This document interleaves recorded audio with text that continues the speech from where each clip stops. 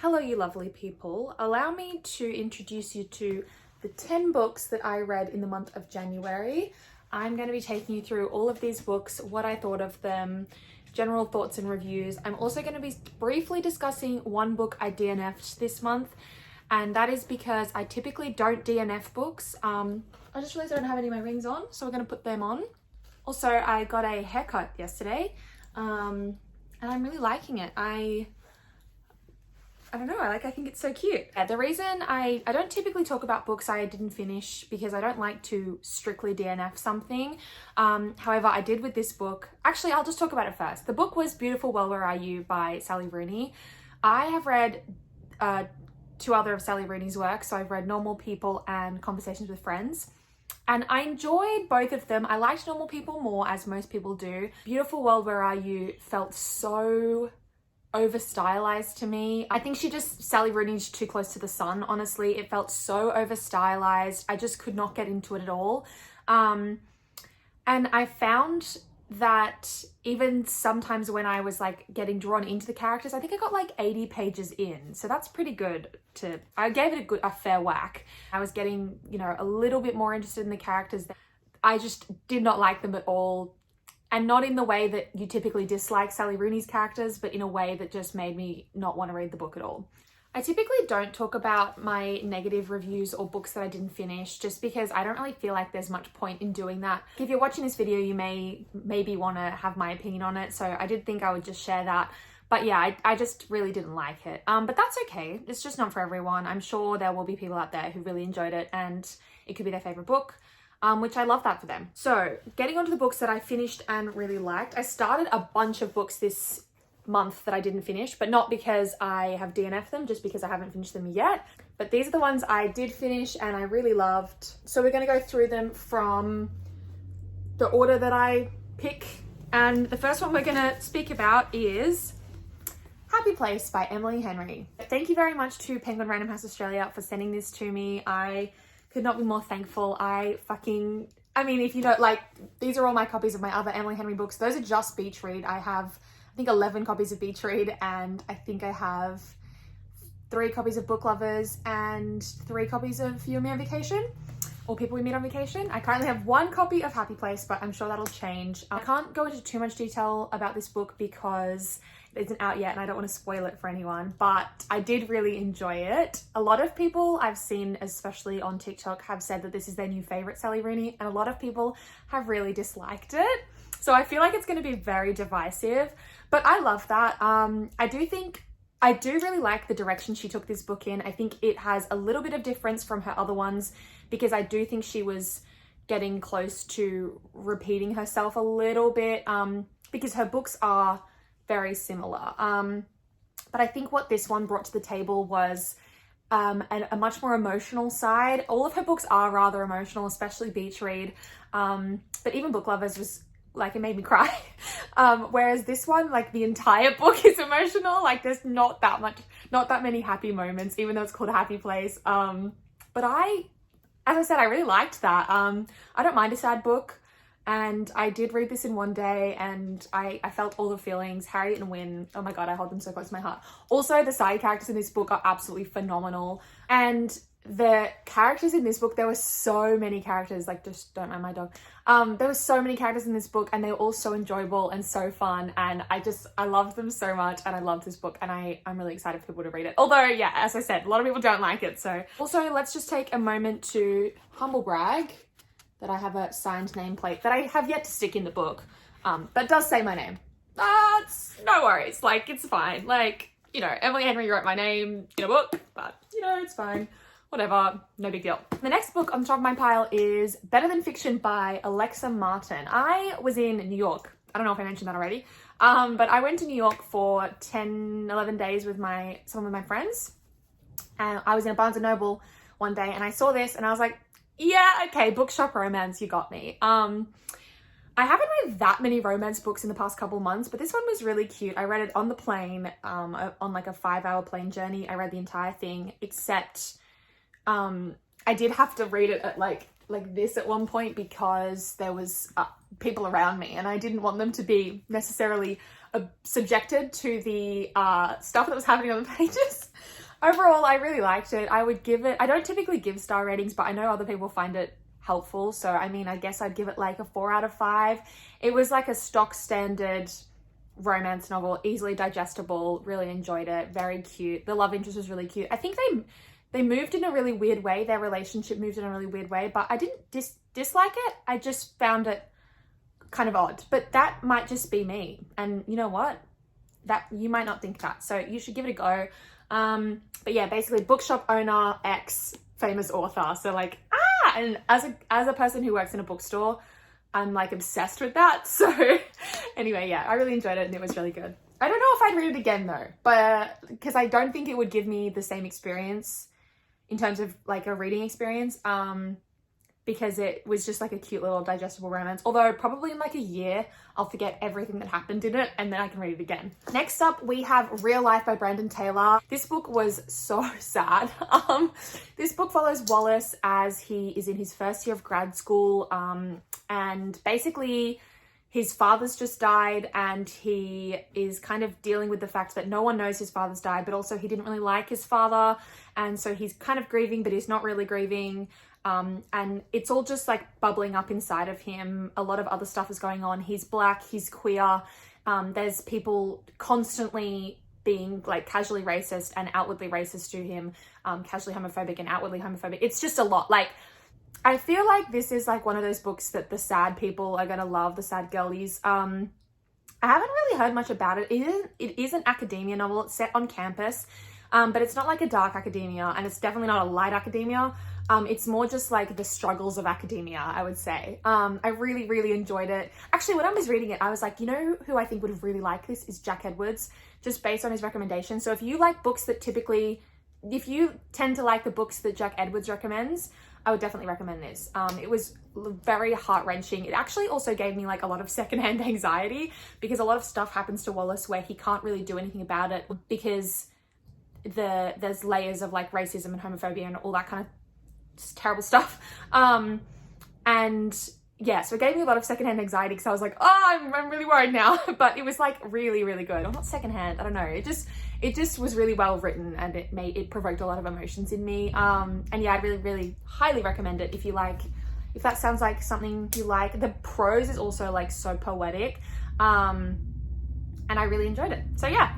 Next up, we have Grief is the Thing with Feathers by Max Porter. This is a little short baby of a novel. I think actually, really, I personally would consider this like poetry. It does have a linear story, or linear maybe isn't the word. It does have a story arc, but like even the way it's formatted, I would definitely consider it more of like a long form poetry. I don't know, fucking long form poetry. You know what I mean?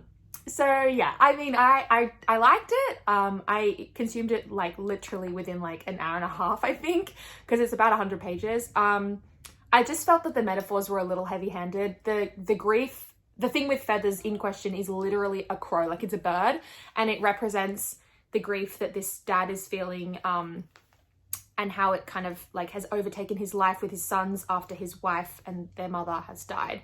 So I was like, okay, like I get it's a metaphor, but like this was like literally a bird was living with them. Like, do you know what I mean? But I'm not a poet, I'm not a novelist, so really who am I to say? But yeah, I liked it. It was again pretty sad, also about grief.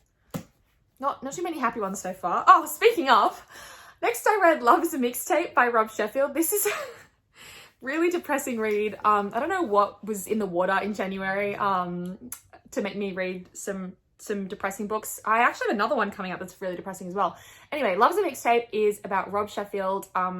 It's a series of essays he's written about mixtapes he made and how those mixtapes relate to important events in his life, specifically the death of his wife after they'd been married for only 5 years. It was really fucking upsetting, if I'm going to be honest with you. I did annotate it. I absolutely loved it. Like, let me see if I can find an annotation I really liked. So this is after his wife has died.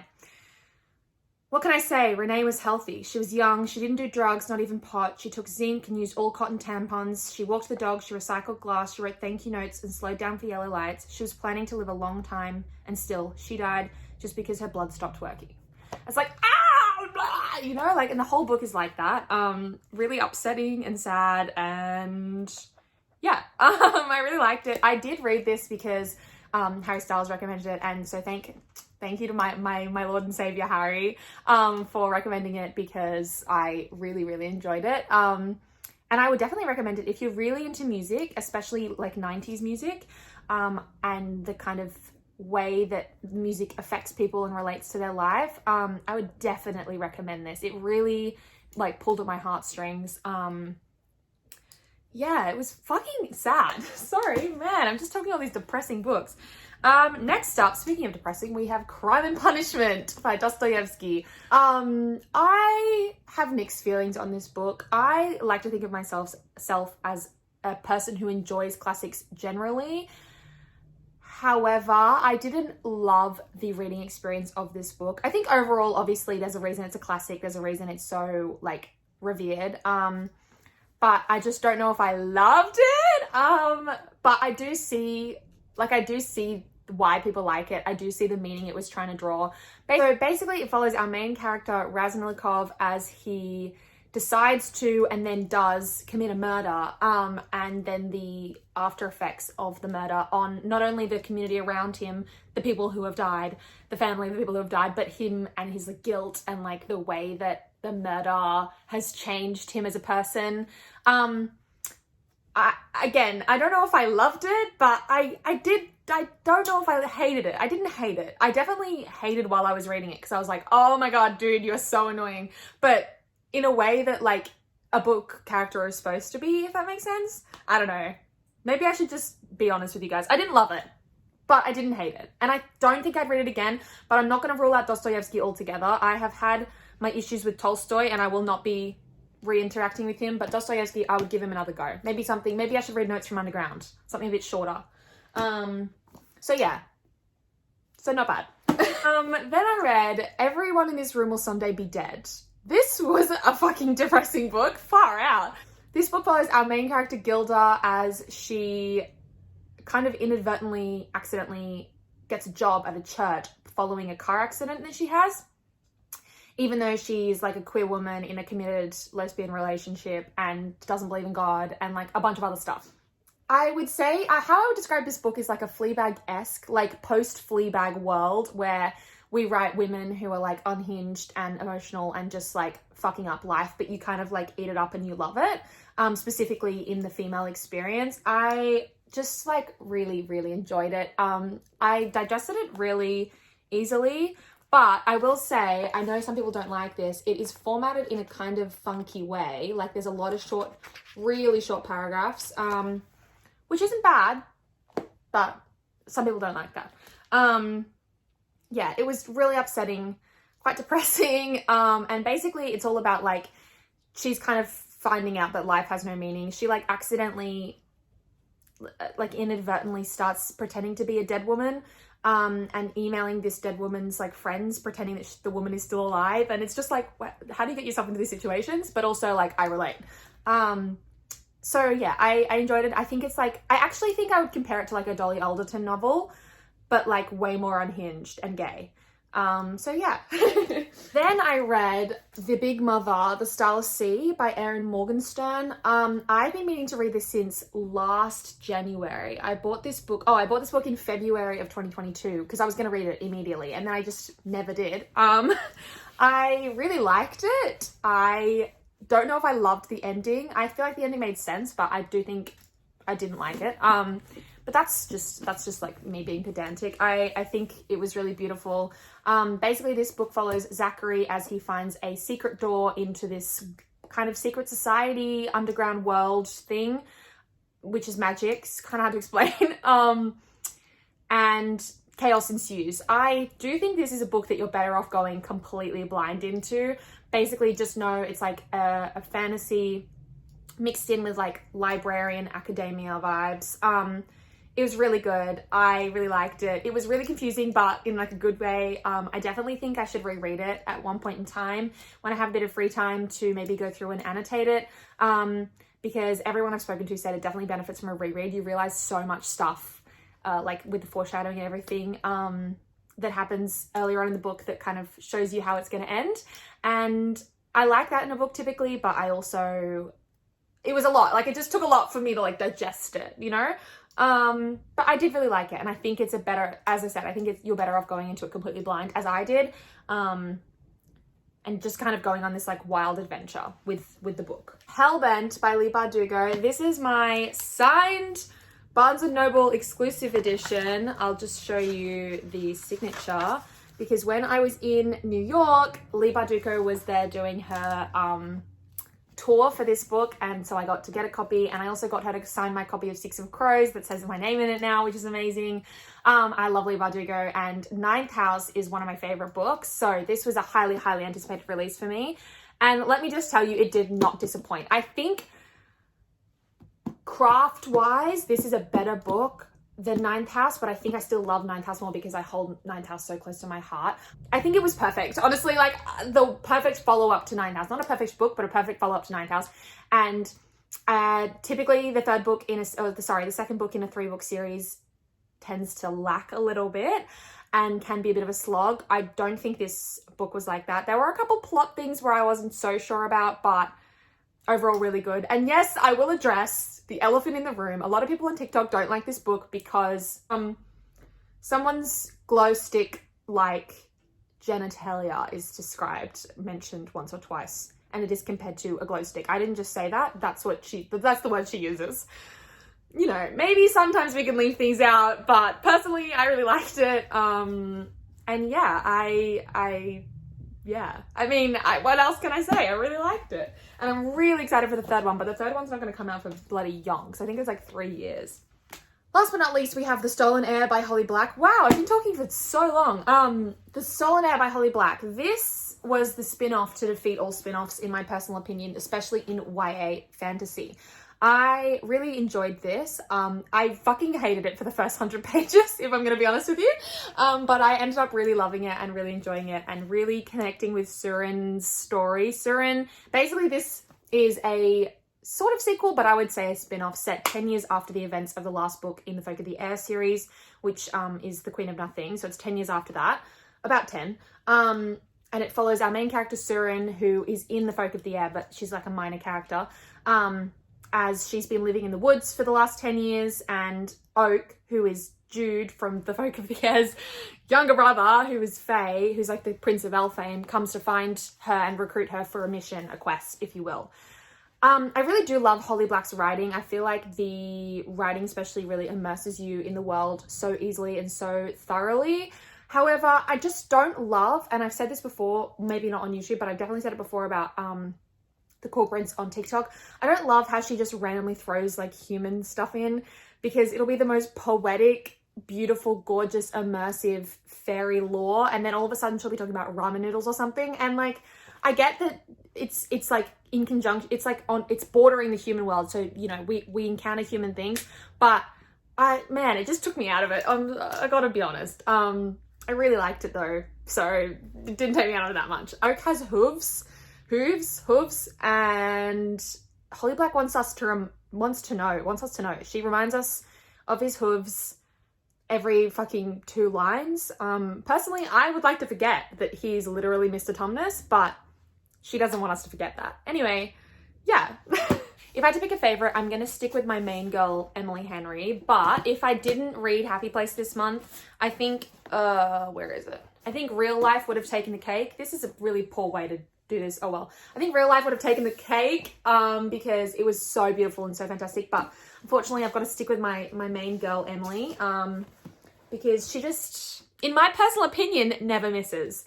I know some people won't think that, but it's just my opinion. Please do not be mean to me. I am just a child. No, I'm 21. You can be mean to me if you want. So yeah, those are the 10 books I read in January. I am excited to read hopefully 10 or 15 in February, although I'm going back to uni in 2 weeks and I don't really want to, but whatever. You know, we've got to do what we got to do. Also, did I say at the beginning I got a haircut? If you didn't notice, I got a haircut again. You can follow me on TikTok if you want to hear more of my rambly little brain dumps. It's lovely to chat to you. I hope you have an amazing day, an amazing February, And I hope you had an amazing January. As per usual, it was lovely to chat to you, and I'm excited to hopefully speak to you soon, very soon in the future. Goodbye. Mwah.